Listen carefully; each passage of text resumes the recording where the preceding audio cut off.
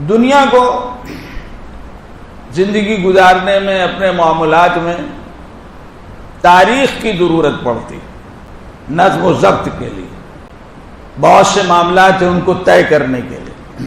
اس لیے دنیا میں قدیم زمانے سے ہر ملک اور علاقے اور قوم میں تاریخ کا ایک نظام رہا ہے۔ حتیٰ کہ عرب میں حضور اکرم صلی اللہ علیہ وسلم کی آمد اور بعثت سے پہلے ایک نظام تھا جس سے لوگ ضرورت پر کام لیتے تھے۔ شریعت نے ہم کو ہمارا نظام دیا، ہمارے بزرگوں نے دیا، حضرات صحابہ کرام نے دیا کہ دیکھو تمہیں ضرورت پڑے تو کون سی تاریخ استعمال کرو۔ اور پھر اہم بات یہ ہے کہ شریعت کے بہت سے احکام ہیں جو تاریخوں کے ساتھ جڑے ہوئے ہیں۔ اگر ہم اپنی تاریخ کا علم نہ ہو، اسلامی تاریخ، قمری تاریخ، عربی تاریخ، چاند کی تاریخ، یہ عنوانات ہیں اس کے، اگر اس تاریخ کا ہم کو علم نہ ہو تو ہم شریعت کے ان احکام کو انجام نہیں دے سکتے۔ اسی لیے علماء نے کہا ہے کہ یہ جو ہماری تاریخ ہے، اس تاریخ کا علم امت کے حق میں فرض کفایہ ہے، یعنی امت کو فی الجملہ اسے جاننا چاہیے۔ ہر آدمی نہ جانے کوئی حرج نہیں، گنجائش۔ فرض کفایہ اسی کو کہتے ہیں۔ نماز جنازہ ہر ایک کو پڑھنا ضروری نہیں، لیکن کچھ لوگوں کے لیے پڑھنا ضروری ہے، فرض کفایہ ہے۔ ہر شہر میں، ہر علاقے میں، ہر بستی میں کچھ ایسے افراد ہونے چاہیے جن کو اسلامی تاریخ کا پورا باضابطہ علم ہو، کب سے شروع ہوتا ہے سال، کب ختم ہوتا ہے، کون سے مہینے ہیں، یہ ساری معلومات ہونی چاہیے تاکہ مسلمان شریعت کے جو احکام ان تاریخوں کے ساتھ جڑے ہوئے ہیں ان کی بجا آوری کر سکیں۔ اور اس ضمن میں ایک عجیب بات یہ ہے کہ یہ جو اسلام کے 5 ارکان ہیں جو ہم خوب سنتے ہیں، اور ماشاءاللہ یہ اچھا شہر ہے، اچھے لوگ ہیں، تو یہاں تو سبھی لوگ واقف ہوں گے کہ اسلام کے 5 ارکان ہیں۔ شریعت کے احکام تو بہت سے ہیں، بہت سی تعلیمات ہیں، لیکن ان 5 چیزوں کو اسلام کا رکن کہا گیا، حدیث مشہور ہے۔ اور بات یہ ہے کہ ان 5 چیزوں سے ایک مسلمان کے یا ایک انسان کے اسلام کا پتہ چلتا ہے، پتہ چلتا ہے۔ آدمی کے دل میں لاکھ اللہ کی معرفت ہو، رسول اللہ صلی اللہ علیہ وسلم کی تصدیق ہو، لیکن جب تک زبان سے یشہد ان لا الہ الا اللہ واشہد ان محمدً عبدہ ورسولہ نہیں کہے گا تو ایمان اور اسلام کا پتہ نہیں چلے گا، اور نہ اس کو مسلمان مانا جائے گا، نہ اس کے ساتھ مسلمانوں کے معاملات کیے جائیں گے۔ عہد نبوی میں ایسے لوگ تھے جن کے دل میں نبی پاک صلی اللہ علیہ وسلم کی صداقت بسی ہوئی تھی، وہ اپنی نجی مجلسوں میں اس کا اقرار اور اعتراف کرتے تھے، لیکن جب ان سے موقع پہ کہا جاتا کہ کلمہ پڑھ لو تو انکار کرتے۔ حتیٰ کہ حضور اکرم صلی اللہ علیہ وسلم کے چچا ابو طالب، جنہوں نے حضور صلی اللہ علیہ وسلم کی سرپرستی کی اور جن سے آپ کو بڑی تقویت حاصل ہوئی، خود ان کے اشعار موجود ہیں جن میں نبی پاک صلی اللہ علیہ وسلم کی صداقت کا اظہار ہے، لیکن موقع پڑنے پر محبوب بھتیجے نے چہیتے چچا سے اصرار کے ساتھ کہا کہ کم سے کم اب تو کہہ لیجئے دنیا سے رخصت ہو رہے ہیں، کہہ لیجئے، بس مت سوچئے کہ کیا فائدہ، اب تو ہم جا رہے ہیں۔ لیکن یہ اللہ کا نظام ہے بھائی، اللہ کا نظام۔ اس کے ہاتھ میں سب کچھ ہے، کس کو ہدایت دے دے، کس کو محروم کر دے، کس سے ہدایت چھین لے، کس سے اپنے دین کا کام لے لے۔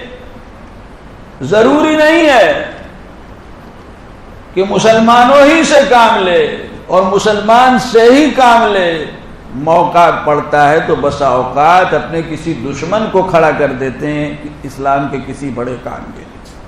کلمہ نہیں پڑھا، کلمہ پڑھنا پڑے تب بات ہوگی۔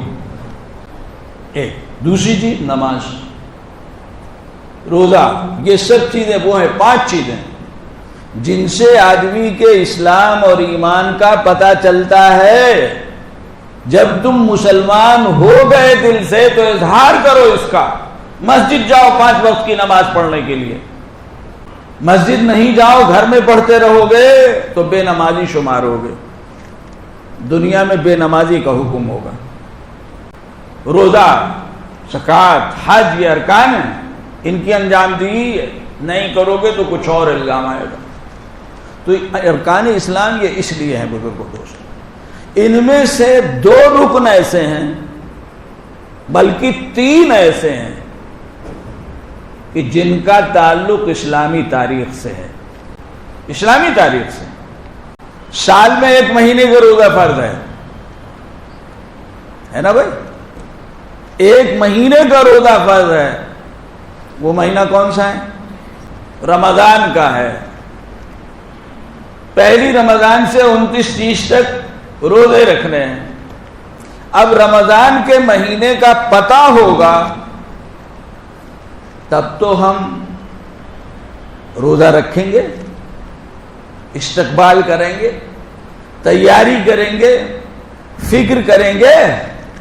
اور اگر پتہ نہیں ہوگا تو ہم میں اور دوسروں میں کوئی فرق نہیں، کوئی فرق نہیں ہوگا۔ حدیث جو میں نے پڑھی اس میں یہی بات ہے، حضور صلی اللہ علیہ وسلم نے فرمایا شعبان کی تاریخ کا پتہ رکھو رمضان کے لیے، اور خالی شعبان سے تھوڑی۔ شعبان کا پتہ کب چلے گا؟ جب رجب کا علم ہو۔ اور رجب کا پتہ کب چلے گا؟ جب جمادی الاولیٰ جمادی الاخری کا ہو۔ اس کا پتہ کب چلے گا؟ جب ربیع الاول اور ربیع الثانی کا علم ہوگا۔ چلتے چلے جائیے، محرم سے ابتدا ہے۔ تو رمضان کے مہینے کا جب پتہ ہوگا تب تو ہم روزہ رکھیں گے، اور پتہ نہیں ہوگا پھر ہم، رمضان کا مہینہ ہے، سارے کاروبار جاری ہیں، دن میں بے تکلف کھا رہے ہیں، دعوتیں بھی کر رہے ہیں، دعوتیں بھی دے رہے ہیں۔ ایک بڑے عہدے کے اعتبار سے ذمہ دار ہمارے ملک کے علماء کی ایک جماعت، ان سے ملنے گئے۔ معاملات ہیں، ملنا بھی پڑتا ہے، ملت کے مسائل میں۔ دن کا وقت تھا، بات چیت ہوئی، گفتگو ہوئی، 12:30-1 بجے کے قریب وقت ہوا، وہ لوگ چلنے لگے۔ تو انہوں نے کہا کہ رک جائیے، لنچ کا وقت ہو گیا ہے، رک جائیے، لنچ کا وقت ہو گیا ہے، کھانا کھا لیجیے پھر جائیے گا۔ تو ان حضرات نے کہا کہ بھئی رمضان ہے۔ کہا اچھا رمضان شروع ہو گیا۔ مسلمان، ایک بڑے خاندان کے آدمی، بڑی حیثیت کے آدمی کہنے لگے اچھا رمضان شروع ہو گیا، مجھ کو تو پتہ ہی نہیں چلا۔ جب دور ہوں گے تو یہی تو ہوگا نا بھائی، جو لوگ، اب یہیں سے سمجھنے کی بات ہے، ان چیزوں کا پتہ کیسے چلے گا؟ ایسے لوگوں سے ملو ملاؤ، کچھ ان سے بھی رابطہ رکھو، ان کے بیچ میں رہو۔ اگرچہ آج کے زمانے میں کیلنڈر عام ہو گئے، بہت سے کیلنڈروں میں عربی تاریخ بھی ہوتی ہے، بہت سے لوگوں کو عربی تاریخ کا پتہ کچھ اس سے چل جاتا ہے اگر اسلام سے تعلق رکھتے ہوں کہ وہ چھٹیاں جڑی ہوئی ہیں تو انہوں نے دیکھ لیا فلاں چھٹی فلاں چھٹی، ورنہ اس ماحول اور معاشرے میں رہے گا آدمی تب تو۔ اور جب اس ماحول اور معاشرے میں نہیں رہے گا تو کہاں پتہ چلے گا؟ وہ رہ رہا ہے اعلیٰ قسم کی کالونیوں میں، آبادیوں میں، جہاں دور دور تک اسلام نہیں دکھتا، مسجد نہیں ہے، حتیٰ کہ بسا اوقات اذان کی آواز نہیں آتی۔ آپ کو حیدرآباد میں بھی ایسی شاید بستیاں اور آبادیاں مل جائیں جہاں مسلمان بسے ہوئے ہیں، یہ صورتحال ہے۔ ورنہ تو مسلم بستی جب ہوتی ہے، ذرا ایک ماحول ہوتا ہے، پڑھیں نہ پڑھیں 5 وقت اذان آ رہی ہے، گھر کے بچے سن رہے ہیں، جان رہے ہیں کوئی چیز ہے، مسجد کوئی چیز ہے، نماز کوئی چیز ہے، اذان کوئی چیز ہے، حتیٰ کہ محلے میں رہنے والے غیر مسلم تک جانتے ہیں کہ مسلمان 5 وقت نماز پڑھتے ہیں، ایک اس وقت نماز کا وقت ہو رہا ہے، اور غیر مسلم اس بستی کے مسلمانوں سے بات کرتے ہوئے عصر اور مغرب و ظہر کا تذکرہ کرتے ہیں، مغرب کے وقت ہم آئیں گے۔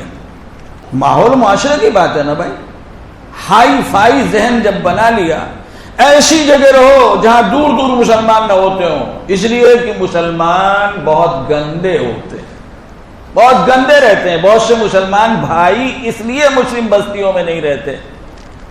تو ماحول معاشرہ نہیں ہے، خالی خاندان سے کیا ہوگا وہ پتہ نہیں۔ تو جب ہم معلوم ہوگا تب پتہ چلے گا رمضان ہے۔ اب رمضان شروع ہوا، کل سے شروع ہونے والا ہے، 2 دن بعد شروع ہونے والا ہے، آدمی اسی کے مطابق تیاری کرے۔ تو رمضان 1 مہینے کا روزہ۔ دوسرا رکن جو تاریخ سے جڑا ہوا ہے وہ ہے حج کا۔ حج سال میں 1 مرتبہ، کس مہینے میں؟ کس مہینے میں؟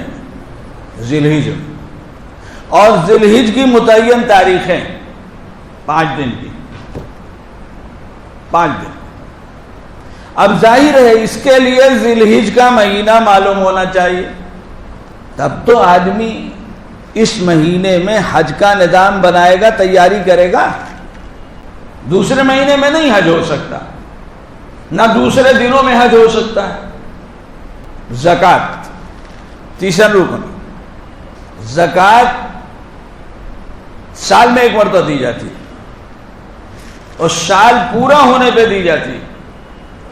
یہ جو سال ہے زکوٰۃ کا، کون سا سال ہے؟ عیسوی نہیں، شمسی نہیں، قمری ہے۔ 365 دن والا نہیں، 355 دن والا، 355 دن والا۔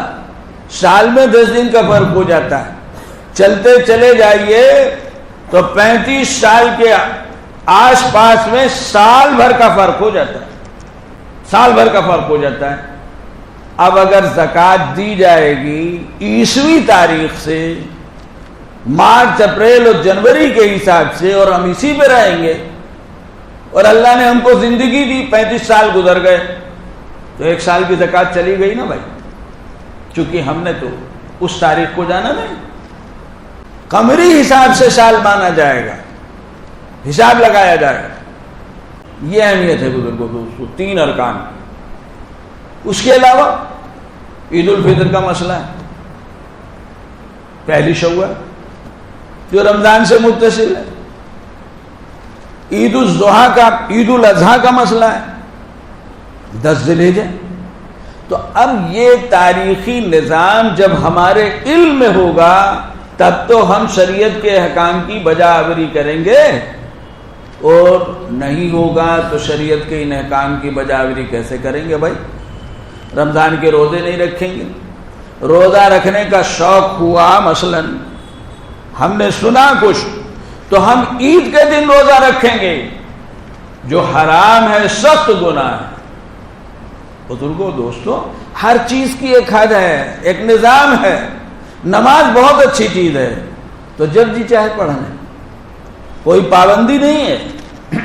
24 گھنٹے کے اوقات میں جب چاہے نماز پڑھ لیں، زوال کے وقت نماز پڑھیں، سورج نکلتے وقت نماز پڑھیں، سورج ڈوبتے وقت نماز پڑھیں۔ بھائی کیا حرج ہے؟ نماز ہے، کیا حرج ہے روزہ رکھنے میں؟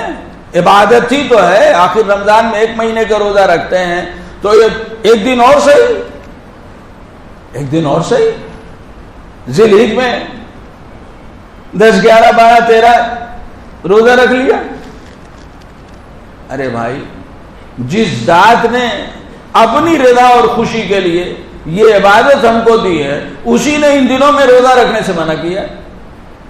حج دوسرے زمانے میں نہیں کر سکتے، کیا حرج ہے؟ بڑی بھیڑ ہونے لگی ہے، لاکھوں لوگ ہو جاتے ہیں، بڑی پریشانی ہوتی ہے. سال میں 2 مرتبہ کر لیا کریں، 3 مرتبہ کر لیا کریں 4 مہینے پہ. اس طرح کی باتیں بھی ہمارے پاس بھائیوں کی طرف سے آتی ہیں. اللہ ہماری حفاظت فرمائے. بڑے بڑے مفکر ہیں نا بھائی، ان کو اس سے بحث نہیں ہے. شریعت نام اللہ اور رسول پاک صلی اللہ علیہ وسلم کی ہدایات کا ہے. دین سارا کا سارا ربانی ہے، یہاں منمانی کچھ نہیں ہے، اپنی مرضی سے کچھ نہیں ہے. ارے بھائی، جون کا مہینہ، مئی کا مہینہ، جولائی کا مہینہ روزہ، یہ تو بڑا سخت ہو جائے گا. ایسا کرو دسمبر کی طرف کھسکا لو، جنوری کی طرف کھسکا لو.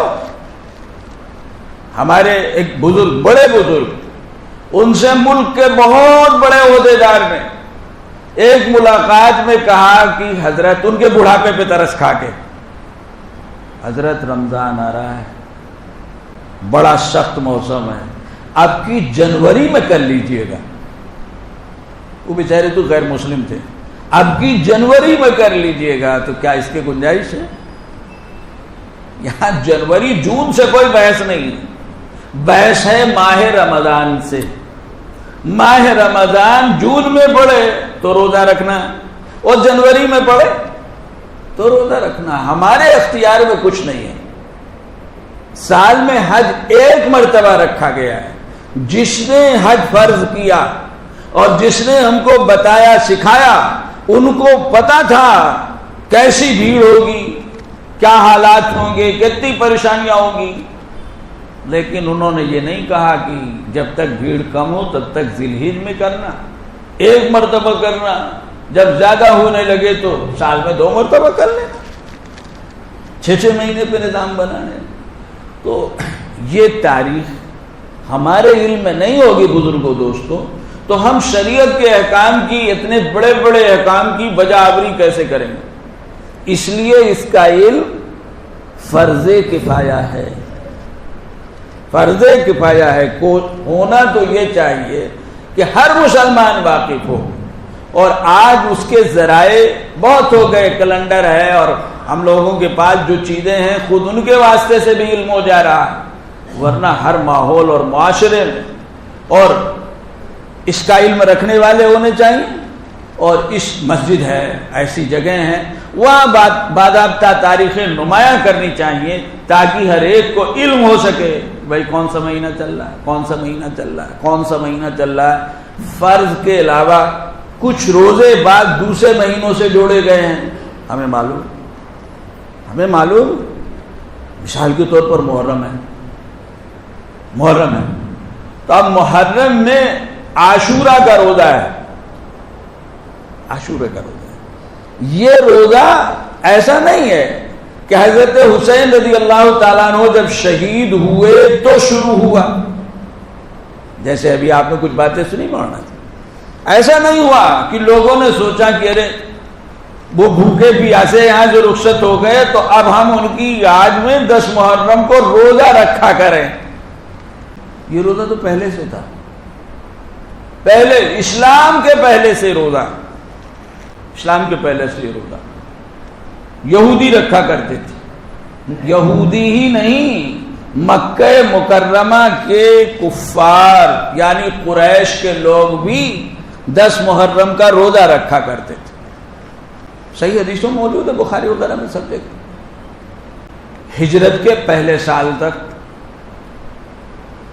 بلکہ دوسرے سال، پہلے سال تو حضور صلی اللہ علیہ وسلم مدینہ منورہ آئے ہیں تو محرم گزر چکا ہے، چونکہ ربیع الاول میں آپ مدینے پہنچے. اگلا سال جو ہجرت کا دوسرا سال ہے اس کے محرم میں آپ نے روزہ رکھا، اور مدینہ منورہ کے مسلمانوں کو حکم فرمایا روزہ رکھنے کا، اس لیے کہ وہاں جو پہلے سے غیر یہودی تھے اور حضرات انصار وہی تھے، وہ نہیں یہ روزہ رکھتے تھے، وہ نہیں رکھتے تھے. مکے کے کفار تو رکھتے تھے، مدینہ منورہ کے انصار جو ظاہر ہے کہ کفر سے تعلق رکھتے تھے وہ یہ روزہ نہیں رکھتے تھے. حضور صلی اللہ علیہ وسلم ان کو حکم فرمائے تو یہ روزہ تو چلا آ رہا ہے پرانے زمانے سے چلا آ رہا ہے. حضرت موسیٰ علیہ السلام نے رکھا, یہودی رکھتے تھے, اس کے اسباب بھی بتائے گے اور لوگوں. تو اب 10 محرم کا پتہ ہو تو ہم یہ روزہ رکھیں گے. اس روزے کی فضیلت کیا ہے؟ اس روزے کی فضیلت ہے, نبی اکرم صلی اللہ علیہ وسلم نے فرمایا 1 سال کے گناہ معاف ہوتے ہیں. 1 سال کے گناہ معاف ہوتے ہیں. اب کتنی بڑی فضیلت ہے. ہمیں محرم کا علم ہوگا, بھائی چاند ہو گیا. اگر ابھی مولانا صاحب نے بہت کچھ سن لیا, بھائی جو لوگ کچھ اور ذہن رکھتے ہیں تو وہ اس لیے چاند کی تلاش کرتے ہیں تاریخ کی, چاند دیکھنے کی بھی ان کو ضرورت نہیں اپنے حساب سے کہ بھائی فلاں فلاں تقریبات کرنی ہے ہم کو, مثلا تو روزہ رکھنا ہے. کیسے پتہ چلے؟ اس روزے کی بڑی فضیلت ہے. اور بھی روزہ رکھا جا سکتا ہے, وہ جگہوں پر ہے, لیکن تاریخ متعین روزے کی جو فضیلت ہے, مثلا محرم ہے, شعبان میں 15ویں شعبان کے روزے کی فضیلت ہے. شعبان کے مہینے کا پتہ ہو تب ہم وہ فضیلت حاصل کر سکیں. ذی الحج میں 10 کو تو عید ہے, 9 جس کو یوم عرفہ کہا جاتا ہے, کیونکہ حاجی اس دن عرفات میں ہوتے ہیں. 9 کو روزہ رکھنے کی فضیلت ہے. اور 2 سال کے گناہوں کی معافی ہے. 2 سال کے گناہوں کی معافی ہے. اس سے پہلے کے جو دن ہے ذی الحج کے, ان کا بھی روزہ رکھا جا سکتا ہے اور اس کی بھی فضیلت آئی ہے. چونکہ حدیثوں میں آیا ہے کہ ذی الحج کا جو عشرہ ہے, اس عشرے میں اللہ کو ہر نیکی دوسرے عشرے کے مقابلے میں کہیں زیادہ پسند ہے. یہ حضور صلی اللہ علیہ وسلم نے فرمایا. حتیٰ کہ علماء نے لکھا ہے کہ راتیں, عام طور سے لوگ اس کے قائل ہیں, سال کی تمام راتوں میں رمضان کے آخری عشرے کی راتیں سب سے افضل ہیں, اور سال کے تمام دنوں میں ذی الحج کا پہلا عشرہ دن کے اعتبار سے افضل ہے. تو حضور صلی اللہ علیہ وسلم فرمایا ہر نیکی, حتیٰ کہ حدیث میں آیا کہ کسی نے سوال کیا, اے اللہ کے رسول, کیا جہاد جو بہت بڑی عبادت ہے جس میں آدمی جان مال سب لگاتا ہے, اس سے بھی زیادہ؟ فرمایا اس سے بھی زیادہ, اس سے بھی زیادہ. اللہ کہ کوئی آدمی ان دنوں میں حج کو جائے اور اللہ جہاد کو اور سب کچھ قربان کر کے چلائے.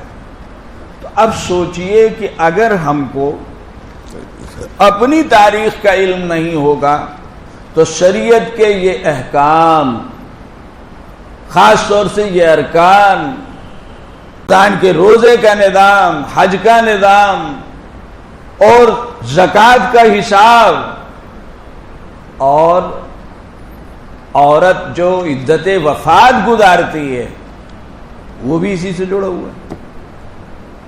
اصل اس میں بھی عربی تاریخ ہے. 4 مہینے 10 دن کی جو عدت ہے وفات والی, تو اب ظاہر بات ہے کہ وہ بھی تو اسی سے جڑا ہے. طلاق کی جو عدت ہے 3 مہینے کی, تو اصلاً تو دوسرے نظام سے جڑی ہوئی ہے, لیکن وہ بھی اسی سے جڑا ہوا ہے. چاند کی تاریخ گنی جائے گی, شمار کی جائے گی, اسی سے عدت پوری ہوگی. تو اس طرح کی جو چیزیں ہیں بزرگوں, دوستو, یہ ہمارے لیے بہت اہم ہے. اس لیے اس موقع پر اس قسم کی ایک تذکیر سال کے شروع میں لانا اور آنا یہ ایک ضرورت کی چیز ہے, تاکہ اسی زمانے سے ماہ بماہ ہم کو علم ہوتا رہے اور ہم گویا شریعت کے احکام کی بجاوری کے لیے تیار رہیں. آخر حضور صلی اللہ علیہ وسلم نے جو یہ فرمایا کہ بھائی شعبان کی تاریخ معلوم کر کے رکھو تاکہ رمضان کے لیے ذہن تیار ہو جائے.